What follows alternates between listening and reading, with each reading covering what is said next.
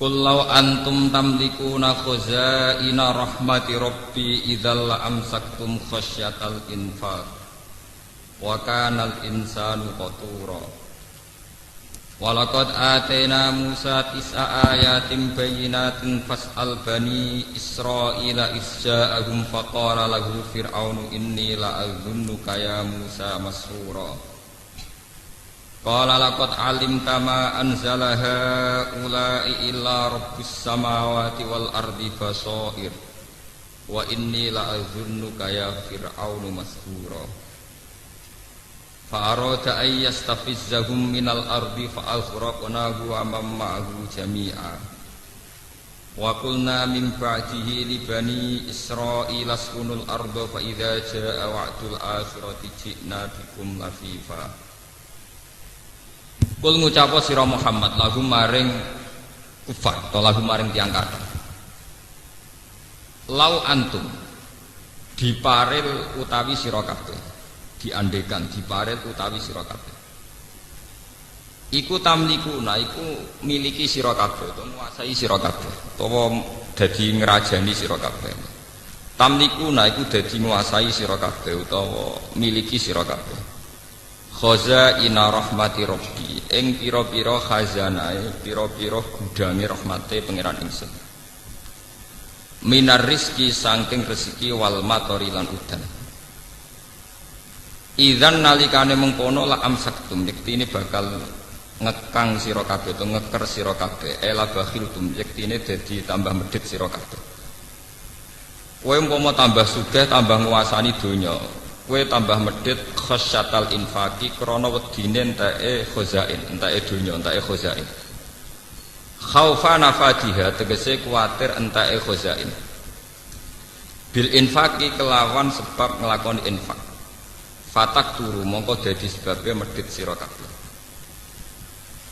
Wa kana lan ana sapa al insanu sapa manusa iku koturon iku akeh medhite iku dewatak dasar medhit bakhilan tegese dewatak dasar bakhil to medhit.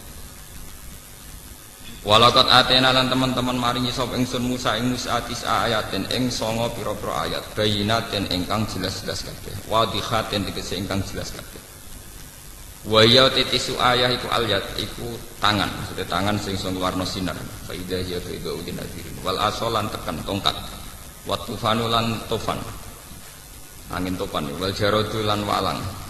Walang sing musibah wal kumalu lan kutu ta itu mawadufati lan katak atau kodhok wadamu lan darah. Awit tamsu to kehapuse wajah. Wasini nulan pira-pira wasinina lan pira-pira napa sing paceklek. Wanak susamarati lan kurange pira-pira buah-buahan. Fas'al mongko takok sira ya Muhammad Bani Israila ing Bani Israil. Anhu sangking ikilah masalah Nabi Musa soal takririn kelan takok sing nguatno lil musyrikina kedhe boro-boro musyrik nguatno ala sidqi ka ing atase bendere sira Muhammad. Au faqulna lahu is'al wa fi qira'atin bilafdil madhi fasa'ala Bani Israil mboten fas'al tapi fasa'ala. Ifja analikane teka sapa Musa gum ing Bani Israil faqala mongko ngucap lagu maring Musa sapa Fir'aun inni la azunnuka ya Musa masura. Ini saat temen ingsun la azunu yektine nyangka ingsun ka ing sira ya Musa tak sangka masuran ingkang den sihir. Makhdu'an tegese ingkang den tipu makhluban tur ingkang den kalah napa ala aklika ing atase akal sira. Dianggep wong stres, dianggep wong edan. Kala dawuh sapa Nabi Musa laqad alim ta teman-teman ngerti sira Musa. Ma anzala nurono haulail ayat ing kono ayat sapa ila rabbis samawati kecuali pangerane pira-pira langit wal ardi lan bumi. Basa ira khalid dadi pira-pira ibarat atau pira-pira teladan ibaron iki pira-pira teladan walakinaka tapi nek sira Firaun iku tu'ani iku angas sira Firaun wa fi qiraatin bidom bitak lan dometa qala laqad alimtu boten laqad alimta laqad alimtu wa inni lan sak temen ingsun la ajune kene yang kok ingsun ka ing sira ya Firaun Firaun tak sangka masburon ingkang rusak halikan tegese ingkang rusak au masrufan utawa ingkang den enggokno adil khairi saking kaapian.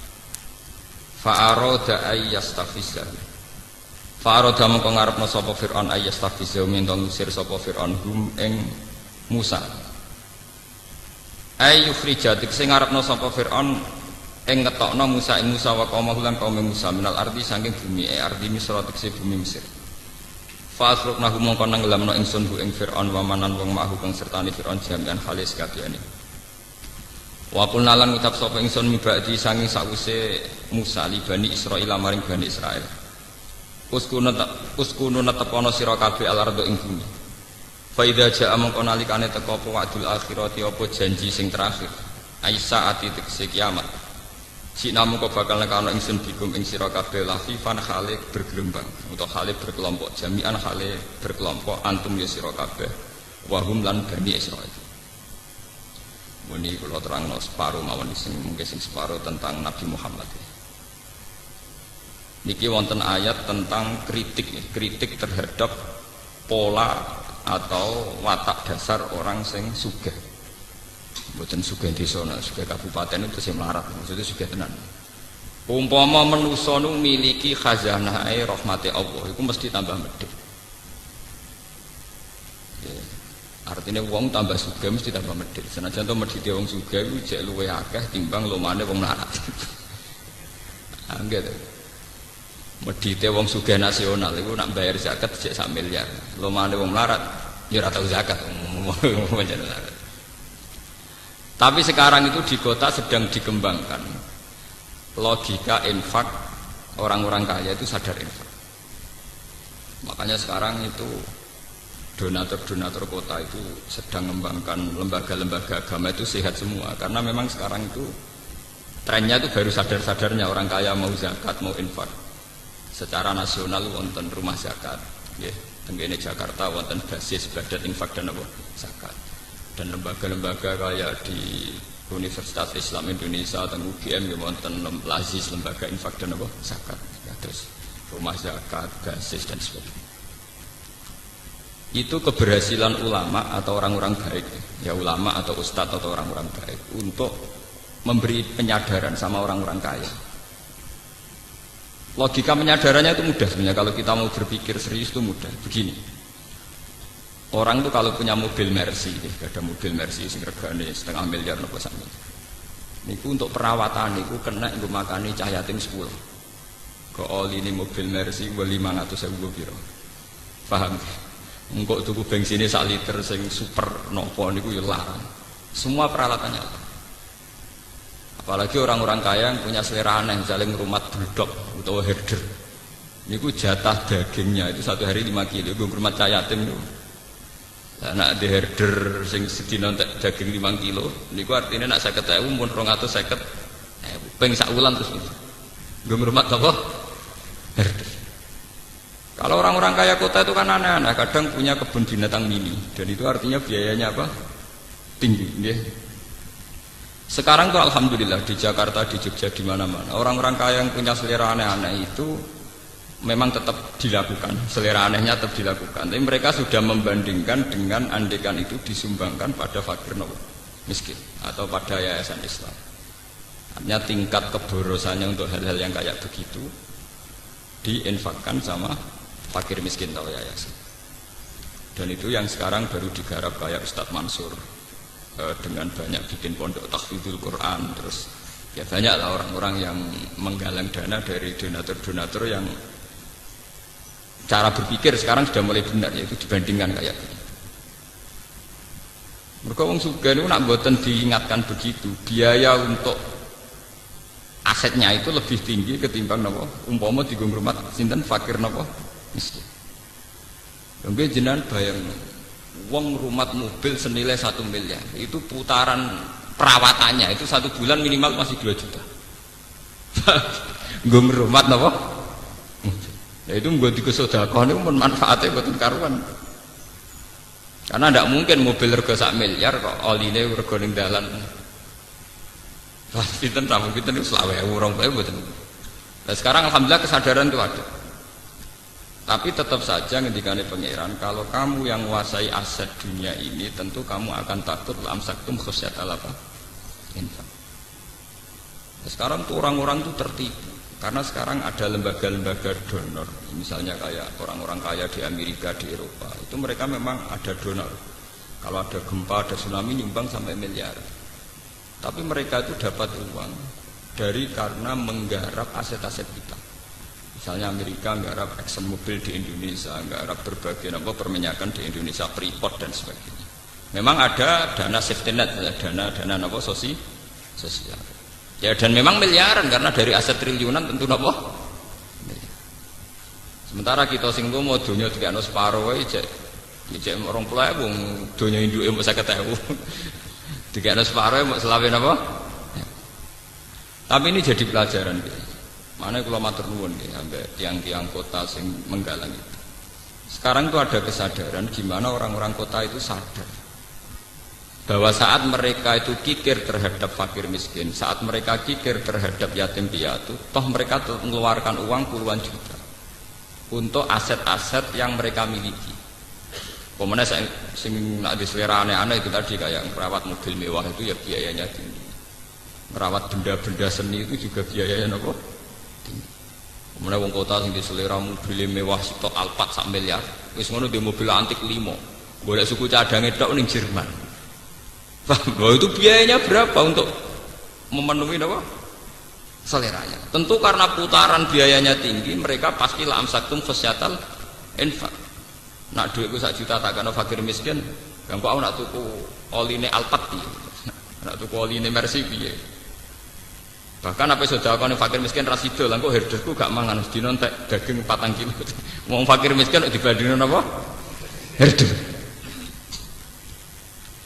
Paham ya? Ini penting kalau terangkan. Makanya pentingnya umat Islam punya ketegasan hukum. Ini kados tengene fikih-fikih. Merawat hewan sing gak jelas manfaatnya harus divonis haram. Karena efeknya nanti orang tidak peduli. Efeknya orang tidak apa? Tidak peduli. Saat ini sampean delok mau. Wong lagi duwe sapi, kowe ora tau ngedusi anake, malah esuk ngedusi sapi. Lha itu kan mboten usah ado-ado. Paham ya?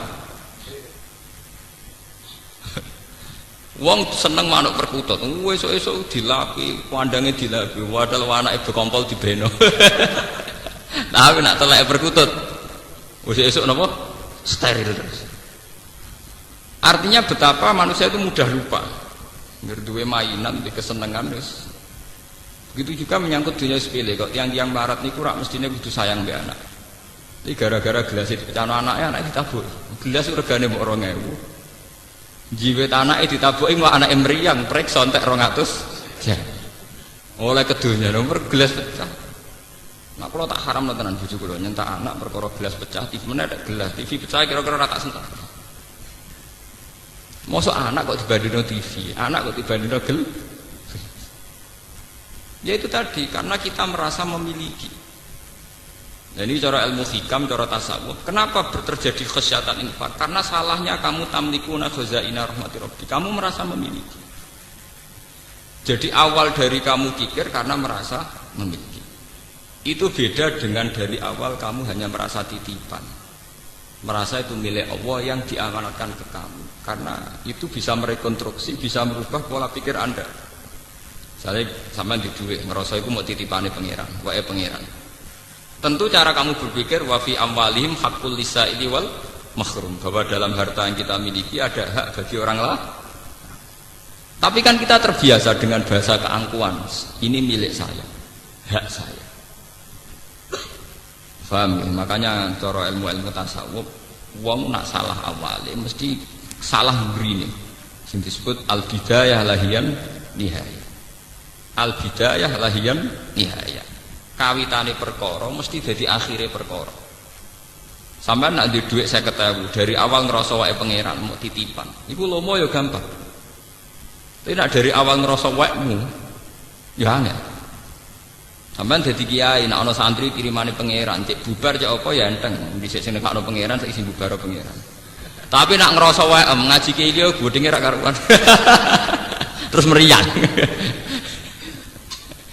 Mergo ngrasa wae dadi iku ya ana asal usule wong medhit wong drengki ya ana napa asal usul. Paham ya? Ngrumat anak bojo ki ngoten. Kula nu nganggep bojo kula ya amanate pangeran sing dititipno kula kan ngrumat anak nggih. Sehingga tingkat otoriter kita, tingkat otoritas tertinggi kita, tingkat otoriter ya sifat-sifat menang sendiri ya kurang. Yo aku diamanati ke otoriter. Coba kalau itu kamu wong wedok wani wong lanang. Wong lanang pemimpin tertinggi. Oh, terus saya naik dhewe. Makanya itu ada orang salah langkah itu ya dari awalnya cara berpikir salah. Makanya kalau maknani wa tamlikuna khazaina rahmati rabbik ngrasa duwe. Sebenarnya dia tidak pernah punya tapi ngrasa apa? Ngrasa. Coba kalau zaman Kanjeng Nabi nak nglatih wong lomo itu gampang. Pancen Nabi wong pinter tidak nglatih. Misalnya ada cerita gini, ini jadi pelajaran bagi kita. Suatu saat Nabi itu tanya Aisyah, saya ingin sarapan dengan daging yang tadi. Jadi Aisyah, wah muntelas ya Rasulullah, daging yang tadi sudah saya kasihkan fakir miskin. Jadi Kanjeng Nabi, kowe salah Aisyah, sing mbok kekno sing ijek. Jadi alhamdulillah saja ana sing ijek. Artinya kalau daging itu dimakan untuk kepentingan pribadi, kanggo selera, niku entek. Mergo dekne entuk hadud dunya, tapi justru dikakno fakir miskin niku ijek. Alhamdulillah sah kok ijek. Mun kula kok ana fakir miskin lah ya iku malah sing ijek. Sehingga orang-orang dulu itu karena anut Kanjeng Nabi itu biasa misalnya di duit 50.000 dikakno wong 20.000 digo ngamal. Mergo ben ana sing ijek. Paham gitu? Ben ana sing ijek. Nah, kita kan walian muni sing ijek wis ning kota. Pancen uteke wis Cina. Paham ya? Dadi niku Kanjeng Nabi cara nglatih pinter. Dari awal dilogikakan begitu. Begitu juga masalah ibadah. Kita ini kalau istirahat, tidur atau santai itu jenenge ngenakno awak. Itu kan bodoh. Wong tidur layah-layah kukar-kukur ning ranjam kok jare ngenakno awak. Itu kan melecehkan harkat manusia. Nah Kanjeng Nabi boten, dari awal darani istirahat itu kayak sholat. Kanjeng Nabi itu kalau punya masalah ekonomi, masalah beban sosial itu sering cerita ning Bilal, arifna ya Bilal. Mbok aku paringi istirahat Bilal, aku kasih istirahat. Apa istirahatnya Nabi? Yaitu saat Bilal azan dan bergegas melaksanakan sholat. Sampai Nabi ngendikan wa qurratu aini fis sholat. Aku itu tenang nak sholat. Bilal. Sehingga beliau tersiksa. Kalau tidur itu tidak merasa nyaman karena menunggu sesuatu yang disenangi Nabi yaitu sholat. Sehingga kalau sholat, kalau kita akan kebalikan, sholat itu problem. Mergo ganggu wong tuh. Kalau Nabi kebalikan, titah manusia sing seneng turu seneng istirahat dianggap problem. Karena beliau syauk isak cepet-cepet napa sholat. Sehingga kalau Nabi pas sumpek, pas sedang ada masalah sosial atau keluarga niku, ngendikan teng Bilal arifna ya Bilal, mbok aku dikasih istirahat. Niku nak Bilal sekali azan, niku Nabi wajahnya kita berbinar-binar senang. Dan itu rahasia bagi Aisyah, sudah rahasia keluarga. Do seneng semua keluarga senang. Go Nabi badhe napa? Sholat. Nabi ketok ceria, ketok senang. Go Nabi sing mbak dawuh wa qurratu aini fis salat. Sehingga dengan cara berpikir begitu, itu beliau mudah sekali, atau yang meniru beliau mudah sekali melakukan tata jafa junubuhum anil madaji yad'una rabbahum khaufan wa tama'an. Karena muslim sejati kan logikanya gampang. Masa saya orang yang punya akal, punya iman, nikmati kukur-kukur ning ranjam ambek molat-molet. Mestinya aku luwih nikmati datang mencari Tuhan, yad'una rabbahum khaufan wa tama'an, bercengkrama dengan Tuhan, bermunajat dengan Tuhan. Sehingga ketika bercengkrama dengan Tuhan, munajat, tahajud itu nyaman. Sehingga nganggap tidur itu problem. Hanya itu kodrat manusia, ngantuk ya kita tidur. Tapi dari awal dianggap problem. Ibadahnya yang dianggap satu pesta, satu arus, satu nopo pesta. Paham ya? Nah kita kan walian, nopo? Ya. Tahajud dianggap problem, kukur-kukur ning ranjam dianggap pesta. Ini kan bodoh. Tobat ya, jangan ngaji ini nopo? Tobat. Itu penistaan harkat manusia, paham? Penistaan harkat nopo? Kita yang katanya punya akal, punya visi modern, jebule ngledek mau seneng kukur-kukur dhuwur ranjang. Bagaimana orang kaya ini punya harkat ketika pesta dengan Tuhan, munajat dengan Tuhan, dianggap sebuah problem. Akale ning ndi? Pesta ambek pangeran dianggap problem. Dan ini yang dilakukan para nabi. Sampai Sayyidina Umar ketika kena panah, dan ketika ditarik itu sakit. Mergo panah itu bentuknya kados pancing, tambah mlebu ditarik tambah sakit. Mergo bentuknya kados pancing mboten grendele. Apa kata Sayyidina Umar? Ya wis mbok jupuk nak pas salat. Ketika beliau pas sholat dijupuk nu mboten krasa. Aku sholat was, ono salam krungu. Ono apa ya krungu. Paham ya, itu jenis al-bidayah lahian. Ya, kalau kamu dari awal cara merekonstruksi pikiran salah, jadi kamane background cara berpikir itu salah, nggih salah terus. Misalnya lomo gini kan, carane lomo piye dari awal kita jangan menganggap kita punya harta. Kados kula lah contoh yang saya alami. Kados kula ngaji begini itu dari awal niat lillahi ta'ala. Ya sudah saya nyaman. Pokoknya mulang Quran aku senang. Mergo itu kitab buah, sudah. Sehingga saya tidak mudah kecewa tentang fasilitas, tentang hak-hak saya. Coba kalau dari awal saya punya tradisi transaksional. Ngaji gak diregani ngene loro kabeh, ngati ya loro ya rapat ikhlas ya. Itu kan karena salah awalnya. Makanya ulama-ulama dulu mentradisikan orang harus cara berpikir kata sulam taufik, kata sulam sabinah, ya kudu minallah wa ilallah wa bil